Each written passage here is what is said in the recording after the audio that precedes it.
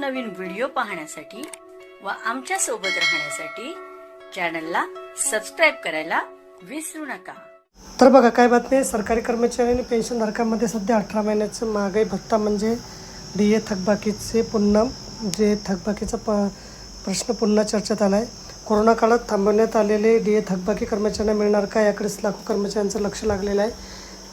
त्यावेळी 8 वेतन आयोग, फिटमेंट फॅक्टर, वाढीव पगार आणि संभाव्य एरियस यामुळे सरकारी कर्मचाऱ्यांमध्ये मोठी उत्सुकता निर्माण झाली आहे। अनेक कर्मचारी संघटनांनी सरकारकडे थकबाकी तातडीने देण्याची मागणी केली असून आर्थिक दबाव आणि वाढती महागाई लक्षात घेता हा मुद्दा अधिकच महत्त्वाचा बनला आहे। कोरोना महामारी दरम्यान केंद्र सरकारने जानेवारी 2020 ते जून 2021 कालावधीत महागाई भत्त्याची वाढ स्थगित केली होती।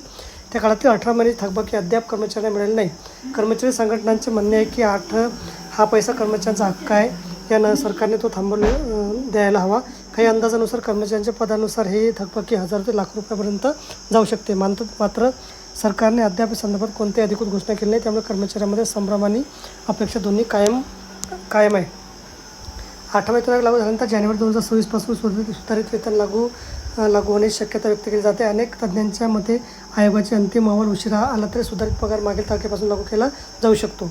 तर बघा, अशा प्रकारे अत्यंत महत्त्वाची माहिती आपल्याला समजली असेल। व्हिडिओ सुद्धा आवडल्यास लाईक करा आणि शेअर करायला विसरू नका। धन्यवाद।